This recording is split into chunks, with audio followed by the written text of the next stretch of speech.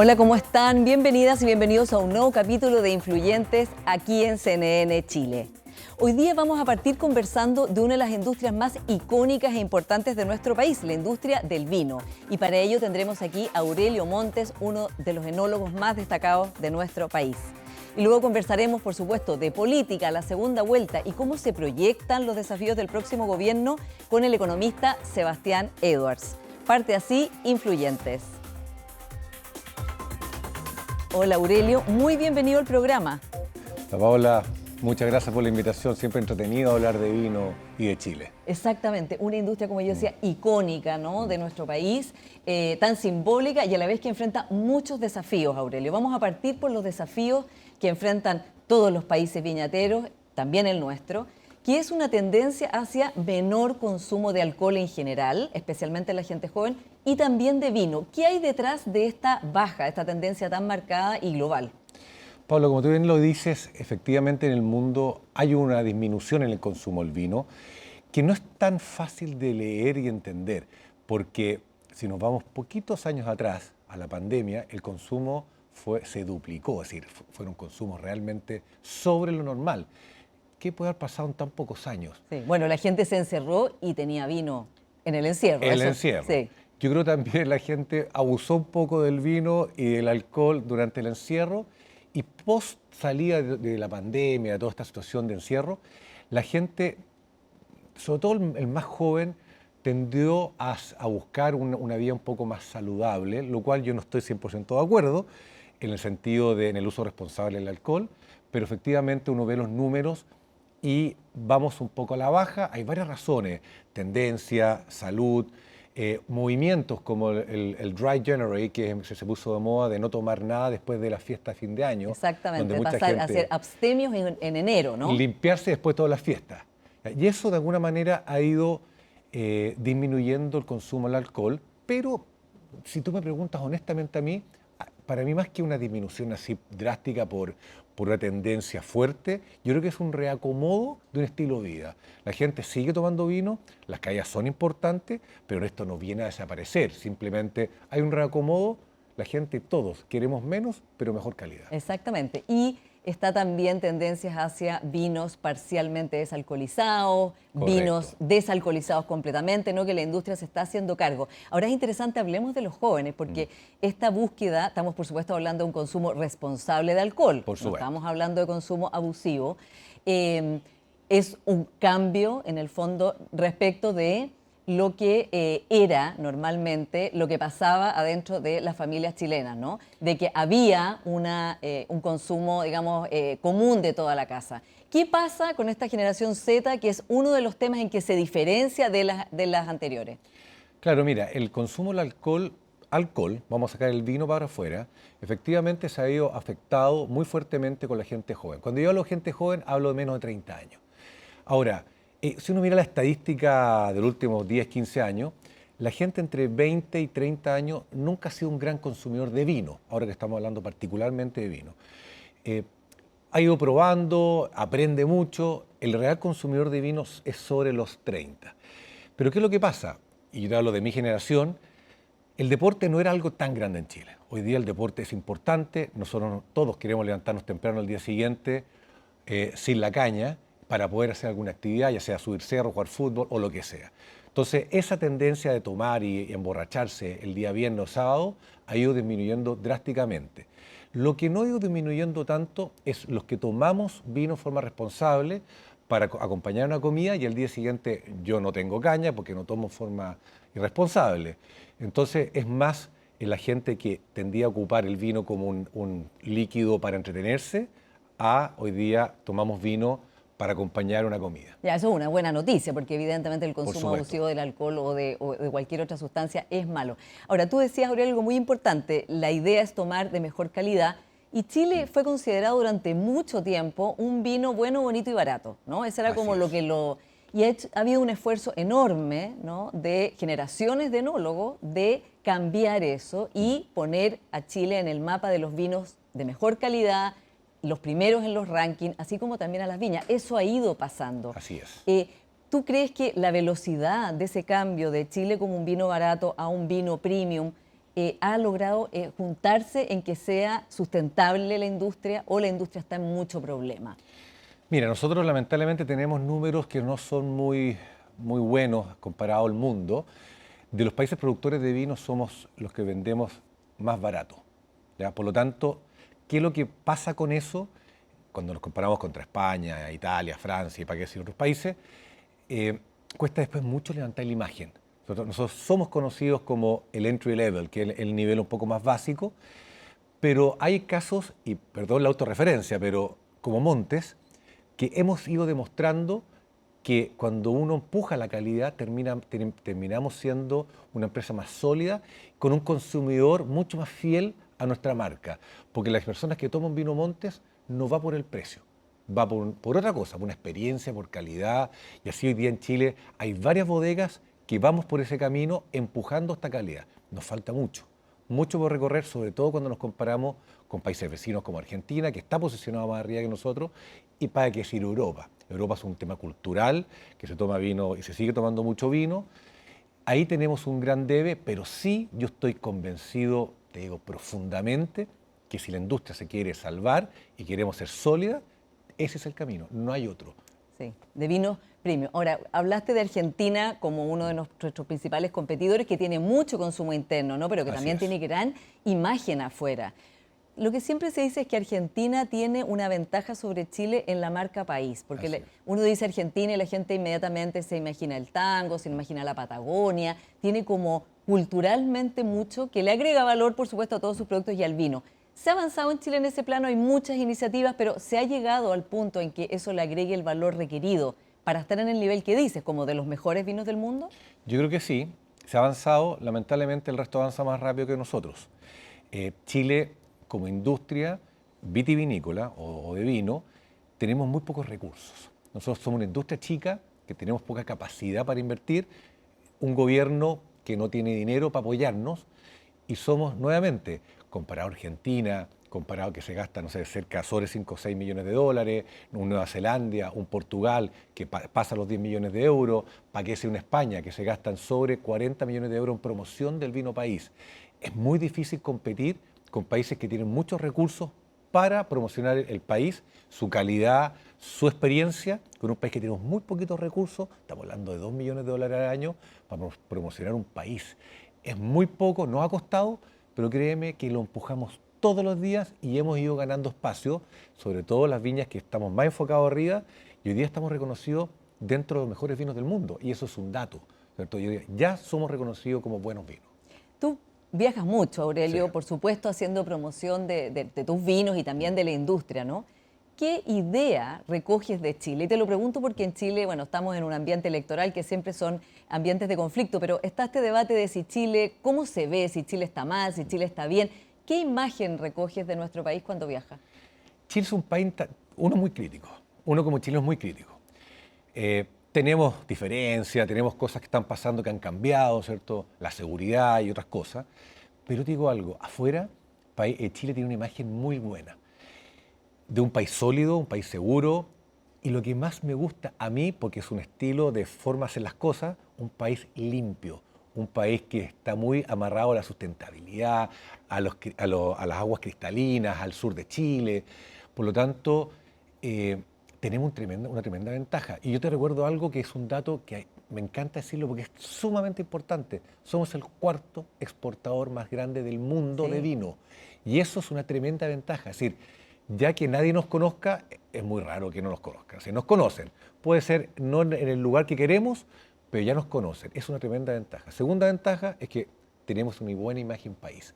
Y eso, sumado a que ya somos conocidos, lo único que falta es meterle más fuerza, ojalá más recursos, para poner a Chile en 2 o 3 escalones más arriba en cuanto a su imagen. Y como tú dices, Argentina, nosotros tenemos una bodega en Argentina que vendemos en el mundo.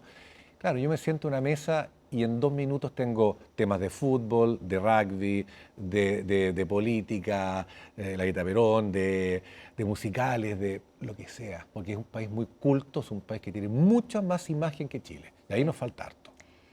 Ahora, ¿qué pasa con los mercados en los cuales estamos vendiendo, donde también hay desafíos, Aurelio? Tú decías en una entrevista que los aranceles digamos, de Trump al vino chileno, un 10%, igual es como un sablazo ya final, digamos, un sablazo más a una situación que está desafiada por todas estas características. ¿Qué ha pasado en Estados Unidos, que era un mercado muy importante, donde al parecer hemos ido bajando nuestras ventas? Exactamente. Estados Unidos pasó a ser, hace no tantos años, llegó a ser el número 1 para Chile. Hoy día está lejos de ser el país más importante donde exportamos como Chile. Mira, ventajas y desventajas. Estados Unidos está complicado, está muy complicado, ya no estamos de moda. Ni Chile ni Argentina. Es decir, Europa es el que está hoy día de moda en Estados Unidos, por lo tanto las ventas han ido cayendo. A eso le sumamos el arancel del 10%, que nosotros no podemos trasladárselo al consumidor, por lo tanto el productor que ya está apretado tiene que, ¿cierto?, comerse ese 10% extra en costo. Pero ¿cuál es la ventaja de Chile? Que Chile es un país de genética exportador, teniendo muchísimos convenios de libre comercio, y eso nos da una tremenda ventaja. Nosotros como Montes, y yo te hablo como Montes, donde, por supuesto, donde tengo más claro los números, nosotros exportamos en más de 100 países. Por lo tanto, los huevos los vamos poniendo en distintos canastos. Nos duele que Estados Unidos no sea un tremendo mercado hoy día, pero hoy día Brasil, un país que prácticamente no existía para Chile, es el número 1 para Chile. Entonces, yo puedo ir moviéndome a medida que el mundo se va moviendo y de alguna manera soy más sólido en la forma de hacer negocio. Sí. ¿Cuál es el problema nuevamente? Que somos muy baratos.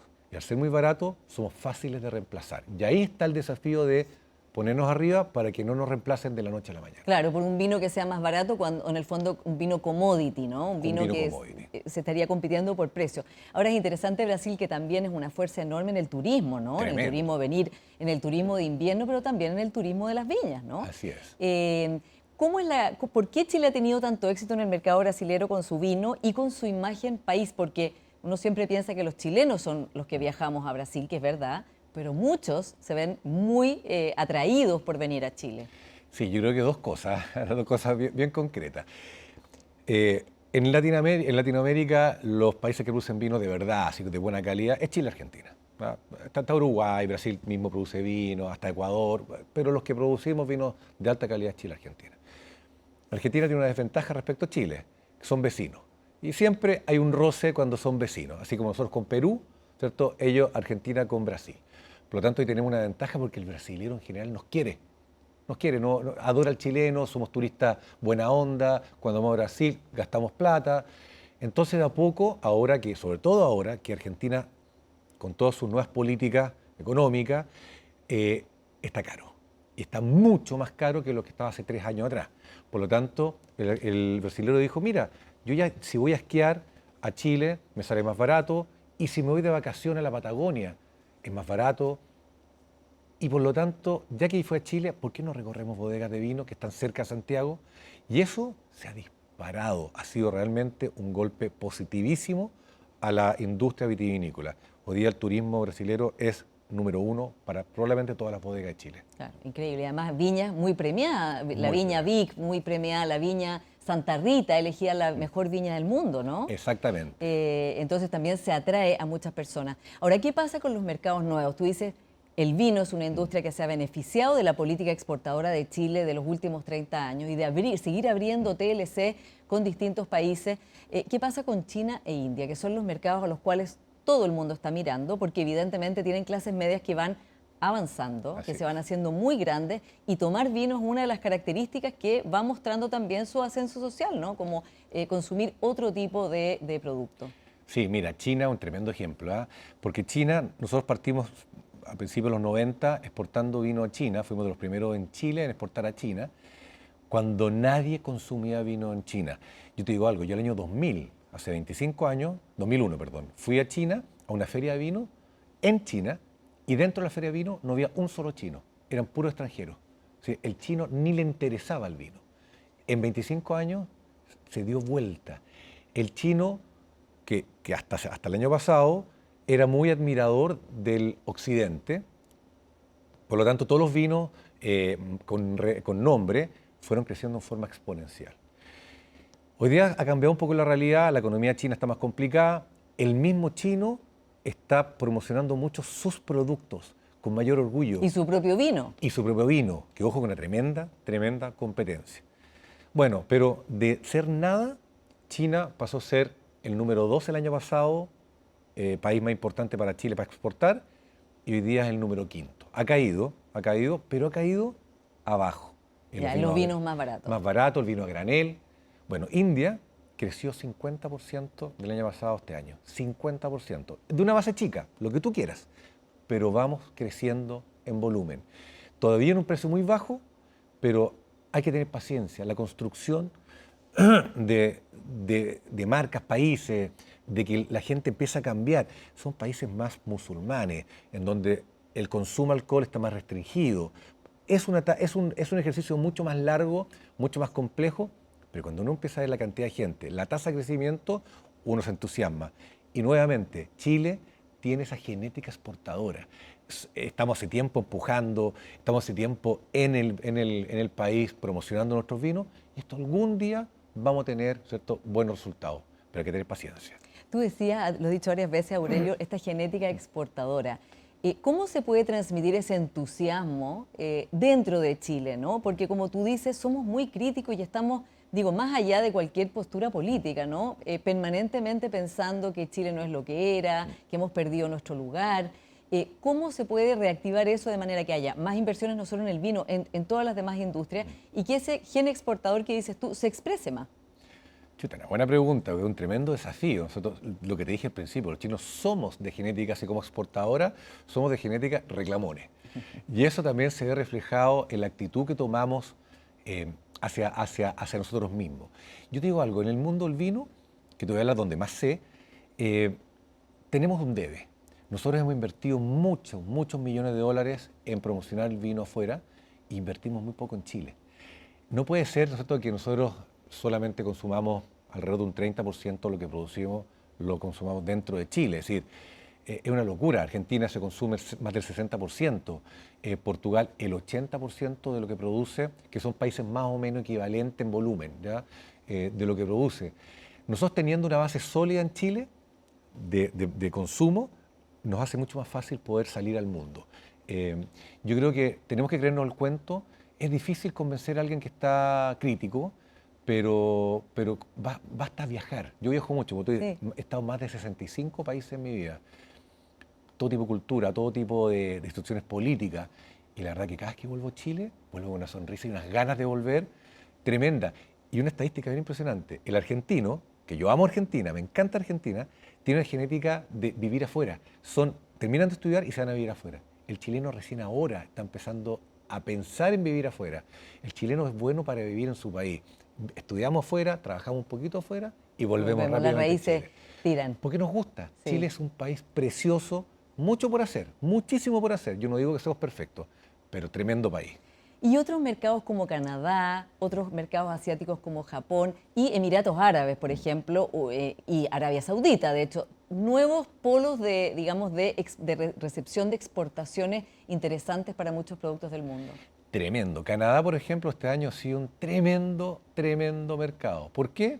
Porque se pelearon con los norteamericanos, con los estadounidenses. Después de que los amenazaron con ser el Estado 51, ¿no? Exactamente. Y tú sabes que hoy día no se ve una sola botella de vino norteamericano en Canadá cuando era el número 1 en Canadá. ¿Y eso qué pasó? Se rellenó con vino chileno. Un poquito de otros lados del país, pero principalmente chileno. Los crecimientos de Chile en Canadá han sido tremendos. Tenemos que saber ocupar la oportunidad, porque Estados Unidos va a volver a Canadá. Tenemos que saber ocuparlo. Japón, tremendo mercado. Tremendo. Para nosotros, nuestro tercer mercado más grande, un mercado sumamente sólido, fiel, no se cambia de la noche a la mañana. Hay muchos mercados que por precio se cambian, es muy fiel. Tremendo mercado. Tenemos que ponerle más foco. Para nosotros ya es un tremendo foco. Medio Oriente, difícil. Difícil. Es un mercado difícil, muchos monopolios, cuesta entrar. Hay que estar, estamos como país, pero cuesta mucho.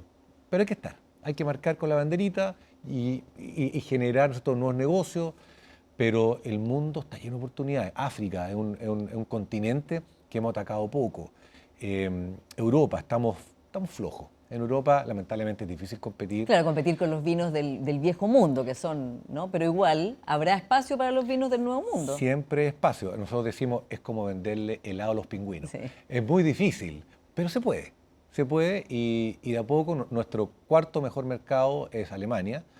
Por lo tanto, sigue siendo Europa importantísimo para nosotros.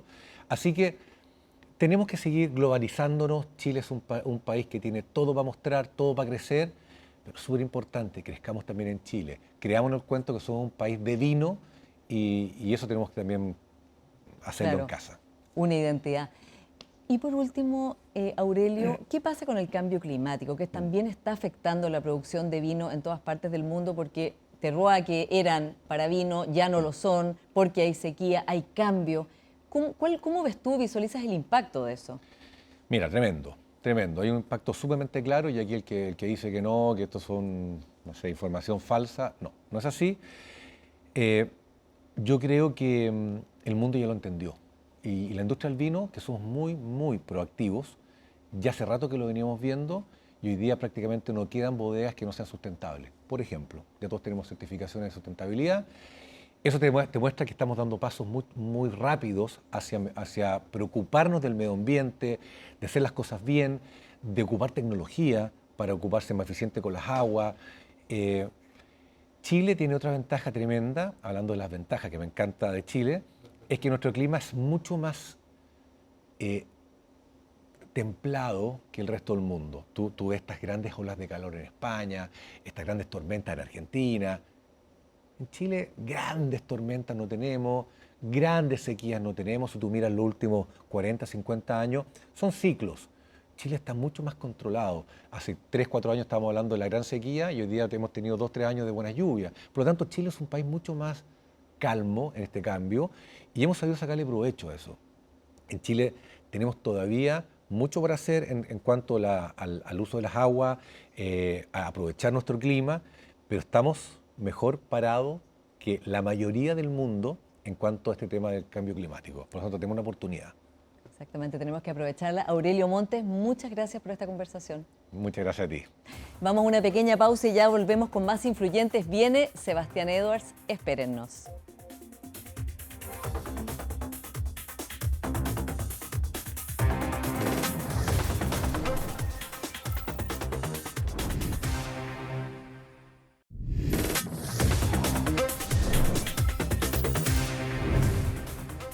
Ya estamos de vuelta con nuestro siguiente invitado, el destacado economista Sebastián Edwards. Muy bienvenido, Sebastián. Gracias, Paula. Un gusto, como siempre. Bueno, estás ya de nuevo en Chile para la segunda vuelta, entre otras cosas. ¿Cómo estás viendo esta segunda vuelta presidencial? ¿Y cómo estás tú? Porque tú votaste por Evelyn Matei y ahora hay muchas personas que votaron por ella que están no con tanta claridad de si van a votar o no por José Antonio Kast. Mira, yo lo estoy viéndolo, yo me imagino que como la mayoría de los chilenos, un poco carrera corrida, y quizás la pregunta más interesante es qué porcentaje de Janet Jara puede declararse como no una debacle. Y creo que esa debiera ser un poco la discusión y no está siendo esa la discusión. Entonces Claro. va a sacar 30%. Va a sacar 31, 38%. más que el apruebo del presidente Boric, va a sacar más o menos igual que el apruebo. Entonces, esa yo creo que debería ser la pregunta. Y lo que viene para adelante son dos preguntas muy importantes. La primera es cómo va a andar el nuevo gobierno que vamos a presumir que es de José Antonio Kast y cómo se rearma la izquierda.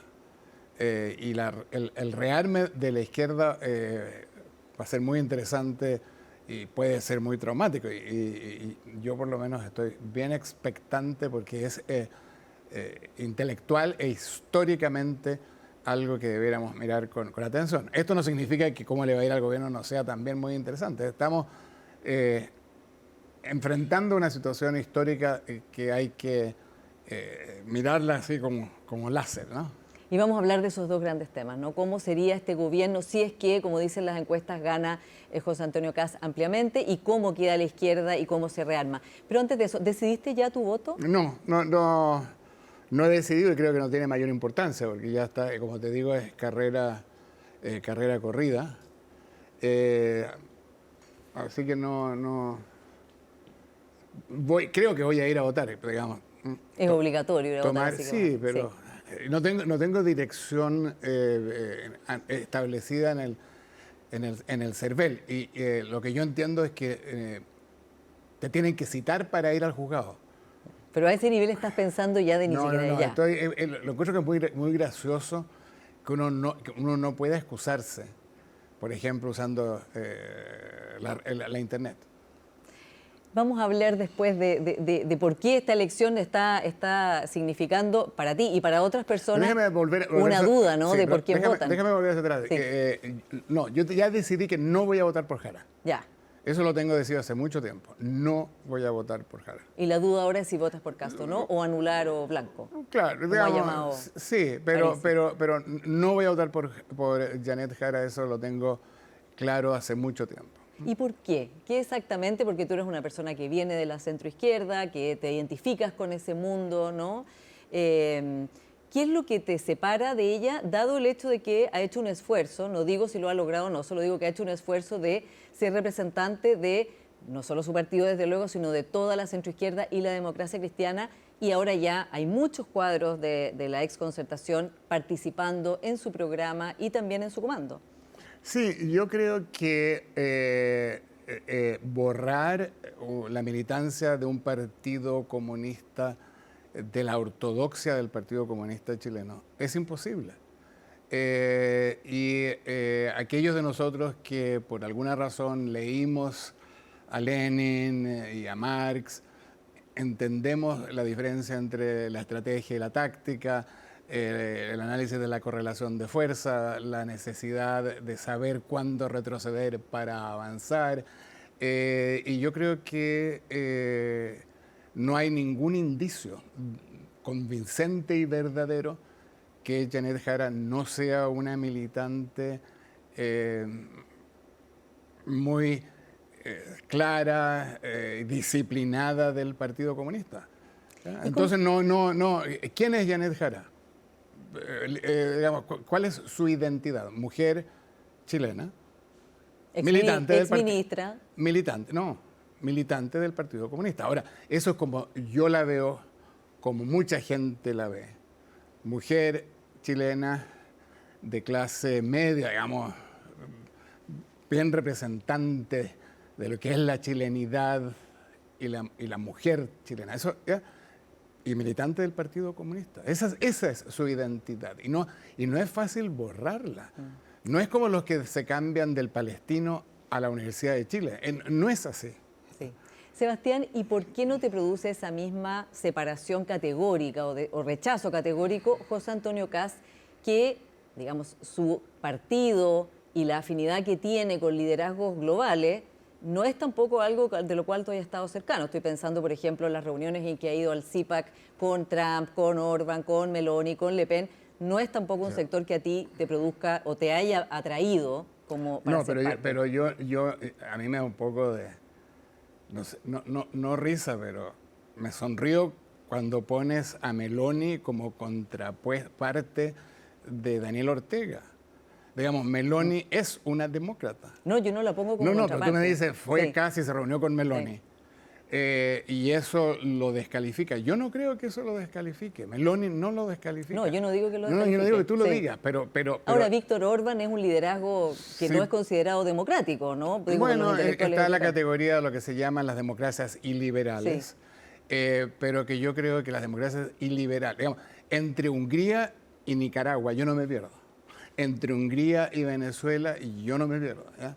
Y creo que nadie debiera perderse. Entonces, cuando hay gente que dice el problema de Kast es que se ha juntado con estos representantes de las democracias iliberales, yo digo sí, es verdad, y eso debiéramos tenerlo en cuenta, pero esas democracias llamadas iliberales son mucho más democracias que Daniel Ortega en Nicaragua, que Nicolás Maduro en Venezuela, y que el ideal de un partido comunista ortodoxo marxista-leninista. Y esa noción tan extraordinariamente pasada de moda de un partido marxista-leninista 40 años después que la Unión Soviética se autodisolvió.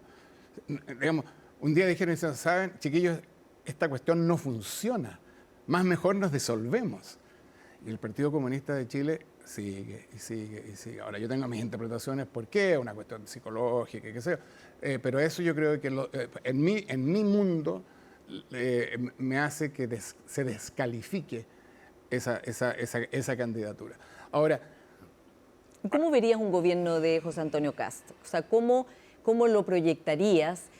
Sobre todo porque se ha manifestado como un gobierno de emergencia que se va a dedicar a los temas que más afligen a los chilenos: seguridad, migración, economía, empleo. Pero son problemas muy difíciles de resolver, ¿no? Claro. O sea, en el debate que hubo esta semana se preguntó cómo va a expulsar a los migrantes, por ejemplo, exactamente. No hay una claridad todavía respecto de cómo lo va a hacer, siendo que el objetivo es claro para él. Y son temas que, como digo, son de complejidad. ¿Cómo ves ese bueno, yo futuro? creo que va a ser difícil, muy desafiante. La embarraron en la parlamentaria.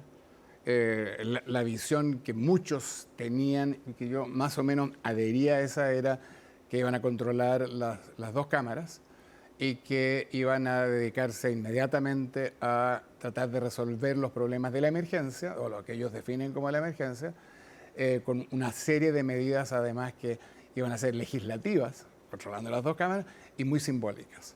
Y eso se complica, ¿ya? Entonces tienen que elegir el presidente de la Cámara, elegir el presidente del Senado. Karim Bianchi va a ser así como tener un rol importante. Los presidentes de las comisiones, que son esenciales para el proceso legislativo. Entonces, todo eso lo va a demorar, pero es un desafío que yo creo que podrían enfrentarlo bastante bien. La parte económica, yo creo que está bastante clara la dirección y había mucho traslape, muy parecido los tres programas. Es decir, también el de Janet Jara, de habla de crecimiento. Entonces la parte económica, más o menos lo que van a hacer, yo creo que es más o menos claro. Y después viene la parte de migratoria, que es la más compleja, y la parte de seguridad, que también es difícil. Sí. Ahora, Sebastián, el recorte de los $6.000 millones en 18 meses no había acuerdo, y de hecho Ignacio Briones una y otra vez... Una niñería. Ya, toda esa discusión de kindergarten, una niñería. ¿Pero es posible hacer ese recorte? ¿Es buena idea hacer ese recorte en 18 meses? Primero es una aspiración, ¿verdad? Y como las aspiraciones siempre es un plan, una meta a la cual llegar. En segundo lugar, si el cobre sigue subiendo, y hay gente que habla de cobre en $6 la libra, no es necesario cortar en 6.000 millones, porque los ingresos de verdad, no los proyectados por la dirección de presupuesto, que después no se cumplen, van a ser mucho más altos, ¿ya? Entonces, 6.000 millones es una aspiración. Si queremos mantener la deuda a un nivel estable, como 42% del producto, eso es lo que se necesita cortar. 18 meses, 24. Fíjate que la pelea era entre 18 y 24 meses. Esa era la pelea entre Briones No, porque ellos iban a recortar en los 4 años.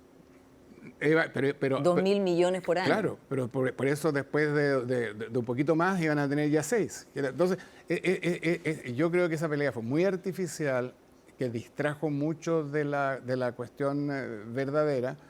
Y yo creo que no he visto las cifras a propósito, en detalle, ítem por ítem, pero yo creo que en 24 o 36 meses es posible hacerlo. Y la parte más importante es que es eficientar, y se habló de eso, ¿no? Pero esa discusión fue un poquito tonta, la verdad, en mi opinión. ¿Se puede hacer sin recortar gasto social? ¿Qué es lo que ha rebatido, por ejemplo, el ex ministro Marcel? Como, bueno, aquí está en qué se gasta, y la verdad es que la mayor parte de todo lo que se gasta son gastos sociales, que es difícil Sí, hay según estudios por instituciones bastante respetadas, como el BID, que hay mucho desperdicio, ¿ya? Y hay mucho gasto duplicado y hay abusos. El ejemplo de los abusos son las licencias, ¿ya? Pero hay muchos otros abusos. Y yo creo que eso se puede ordenar, y si eso se ordena puede haber una no caída del gasto social de verdad. Y la otra cosa que se ha hablado, no sé cuánto se va a impulsar, es que muchos de los programas se van a transformar en transferencias de dinero propiamente tal. Ya. No de tanto de servicios como de dinero, lo cual hace que en la mente de las personas sea un aumento de su bienestar, ¿ya? La gente prefiere recibir dinero y que ellos deciden cómo se gasta, a que haya algún burócrata que les diga esto tiene que hacerse, gastarse de esta o de otra manera. Yo creo que hay que reordenar todo. Entonces, lo ideal sería que el gobierno que va a venir ordene muchas cosas. ¿Lo van a poder hacer? No sé. Me gustaría que lo hicieran. Yo lo que deseo es el bien de Chile. Y la gobernabilidad, desde el punto de vista político, ¿qué ves como zona de riesgo posible o no? Quizás no ves ningún riesgo en cuanto a la gobernabilidad del país. Mira, yo soy un convencido en que el peso específico de las personas es muy importante. Entonces, ¿quiénes van a ser los que van a tener gravitas en este gobierno? ¿Quién va a ser? Ahora el Ministerio del Interior está medio disminuido porque le sacaron la parte de seguridad, pero ¿quién va a ser el jefe del gabinete? ¿Qué persona? ¿Qué hombre o mujer? ¿Necesitan a Chile Vamos? De peso. Necesitan a Chile Vamos, pero sería raro, creo yo, que el jefe de gabinete fuera de Chile Vamos. Entonces hay que ver en las filas, y no los conozco suficientemente, no son como claro, es un partido que no ha gobernado. Y no son de mi círculo de amistades. Entonces uno dice, Skela es un tipo como de peso pesado, que piensa, pero ese es senador. Entonces ese no va a ser. ¿Ya? Ahora, Jorge Quirós se supone que sería, si es que Kast gana, tenemos que decir, ministro de Hacienda y lo ha respaldado públicamente. ¿Te merece confianza en su capacidad para ser ministro de Hacienda? Jorge Quirós es un excelente economista, un muy buen ser humano y escribe como los dioses, lo cual no es un requisito, pero para agregarlo.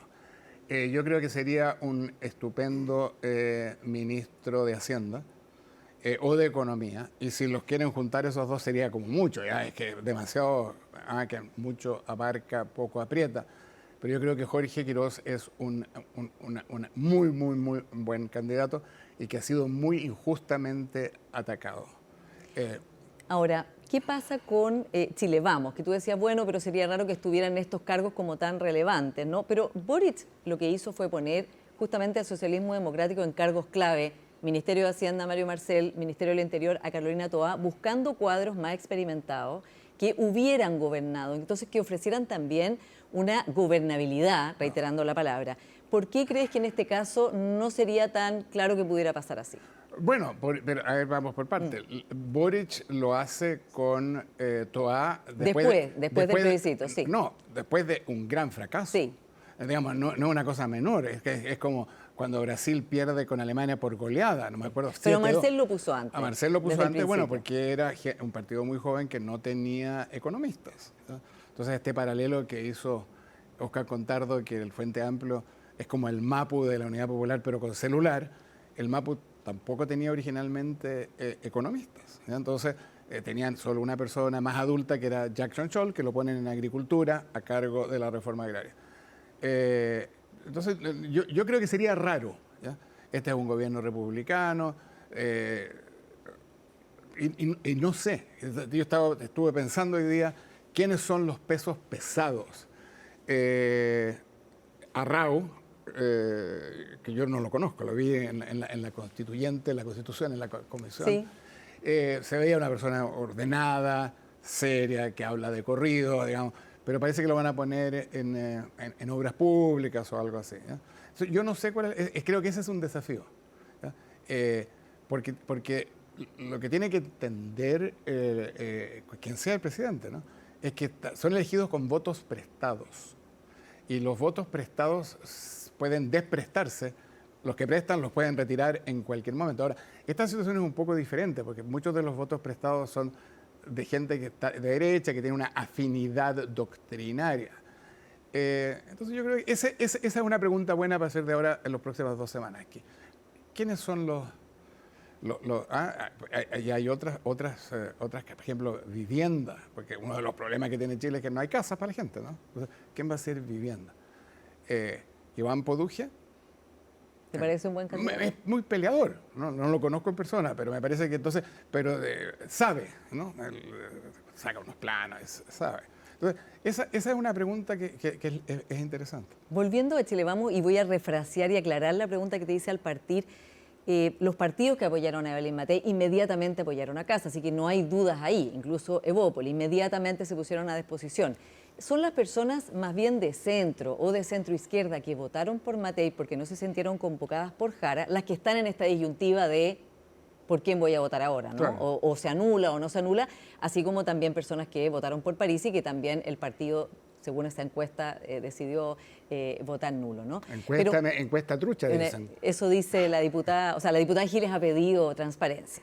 Entonces, volviendo a ese mundo que es tu mundo, desde el punto de vista del centro liberal, la centro izquierda liberal, la centro derecha liberal, hay preguntas respecto de Kast.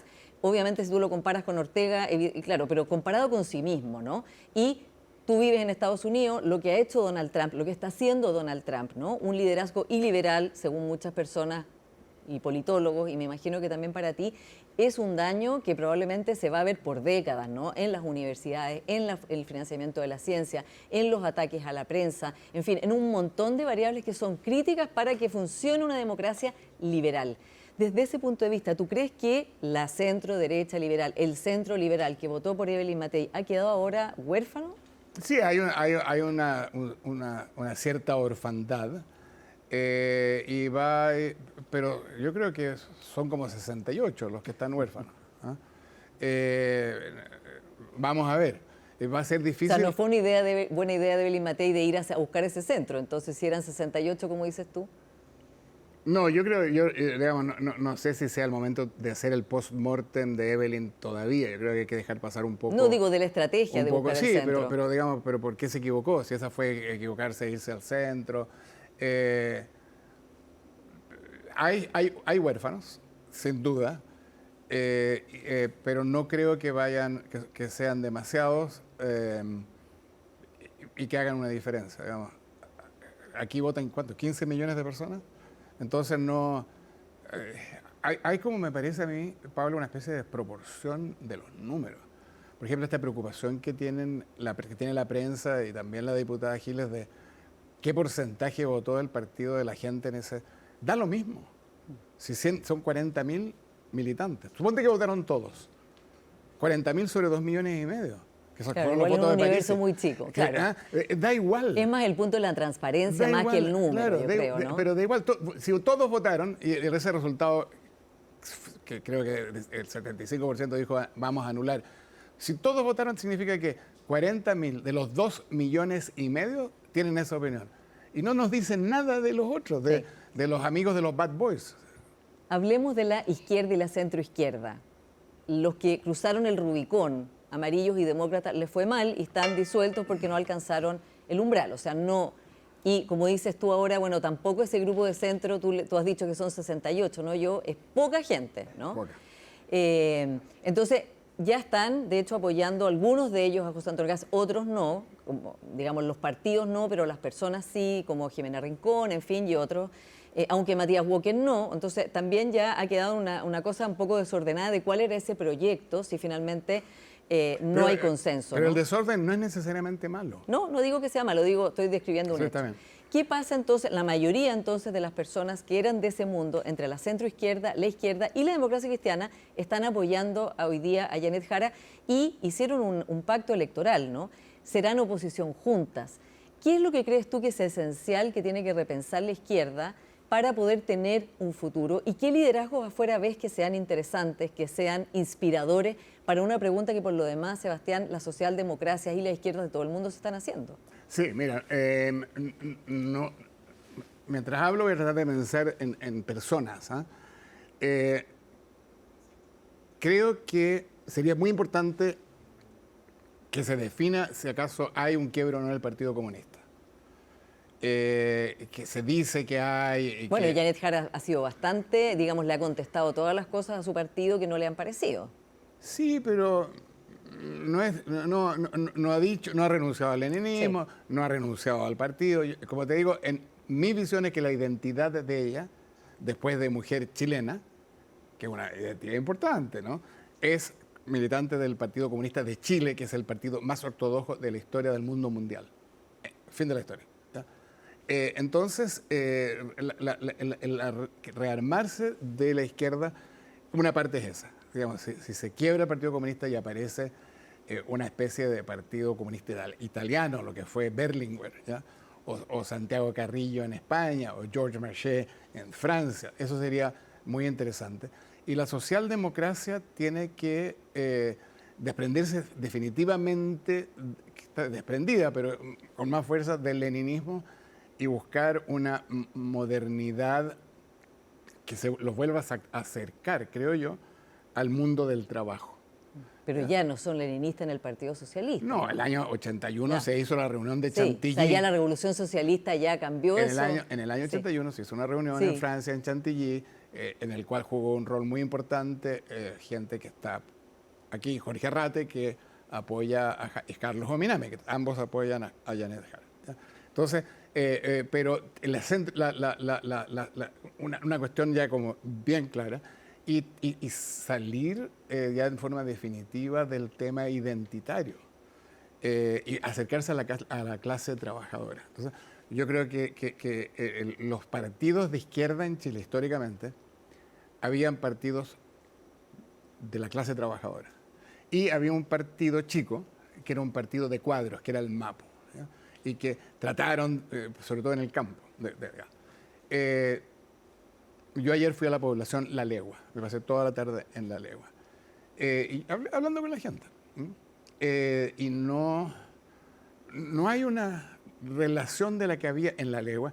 Tú tienes que recordar que La Legua fue el único combate fuera de la moneda que hubo el 11 de septiembre. ¿Ya? Y hay gente que está ahí con la que yo hablé ayer, que estuvieron ahí ayudando a los combatientes liderados por Arnoldo Camus del Partido Socialista, que se movieron desde Indumet hasta Sumar. Entonces, pero no se sienten identificados con el Frente Amplio. Ahora, ¿y cómo ves tú al presidente Boric? ¿Valoras una evolución en él? ¿Valoras que haya gobernado, como dijo, creo que fue el Economist, ni como sus admiradores querían, ni como sus detractores temían? Sí, no, yo creo que es muy inteligente, ha aprendido un montón, y es un aprendizaje que no es suave. Entonces, desde la perspectiva mía, ¿no?, se va moderando y aprendiendo y mejorando, y de repente mete la pata. ¿Ya? Entonces, si uno escucha el discurso de la desaladora de Coquimbo, creo que es de Pelambres, el discurso es maravilloso, hasta que llega la parte queremos más Narbona y menos Craig. Y ahí mete la pata, pero hasta el fondo. ¿Ya? Entonces avanza y después llega y no quiere recibir al nuevo embajador de Estados Unidos o al embajador de Israel. Entonces, pero aprende. ¿Ya? Y yo creo que va a jugar un rol muy importante. Y hace unos días dije yo que si al gobierno nuevo de Kast le iba mal o no le iba bien, yo creía que en la segunda vuelta del 2029 era París y Boric. Iban a ser Parisi y Boric. Lo de Parisi se me está como cayendo. Sí, dijiste que ganaba Parisi. Y que ganaba Parisi, sí. ¿Y todavía piensas eso? Mira, se me está desarmando un poco lo de Parisi porque las últimas cosas que ha dicho y el partido de yo pensaba que los diputados del Partido de la Gente se iban a mantener unidos. Porque ya perdió la bancada que tenía antes de ser. Claro, pero ninguno de esos se reeligió. Entonces, los 14 nuevos tienen que decir, bueno, si nos desperdigamos, capaz que no nos reelijan. Más mejor, como diría Leonel Sánchez, nos quedamos todos juntos. Pero ya salió el periodista Javier Olivares, que parece que ya tiene opinión propia. La diputada Giles tiene opinión propia. Vamos a ver. Pero sí crees que Boric va a ser candidato en el 29. Yo creo que va a ser candidato en el año 29. Yo creo que es difícil, a pesar de Carol Cariola y de y de Doña Vallejo. Me La trató de ministra Camila Vallejo. Claro, me trató de Don Edwards, entonces yo ahora la voy a tratar de Doña Vallejo. Yo creo que a pesar de ellos, Boric es el que está en mejor posición. Yo lo conozco muy poco, he estado 1 o 2 veces con él. Hay gente que me dice que él no estaría interesado, no lo sé. Pero tiene talento, ¿no? Para ese mundo, un talento y un atractivo. Y yo creo que es muy joven y le va a ser difícil salirse, ¿no? Yo creo. ¿Podría ganar?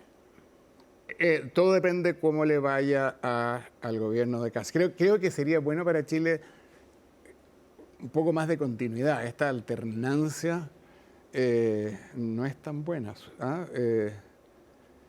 Pero un Kast moderado, un Kast inclusivo. ¿Así crees que va a ser? No sé, te estoy diciendo, un Kast tolerante sería bueno, ¿ya? Y exitoso. Y con el cobre a $6 sería bastante menos pesada la pista económica, hacer las reformas económicas que se requieren. El tema migratorio, muy complicado, ¿ya? Y creo que ojalá que aprenda lecciones de Trump, que son lecciones profundas e importantes. Sebastián Edwards, muchas gracias por esta conversación. Muchas gracias, Paula, como siempre. Y a ustedes, como siempre, muchas gracias por su sintonía y nos encontramos la próxima semana.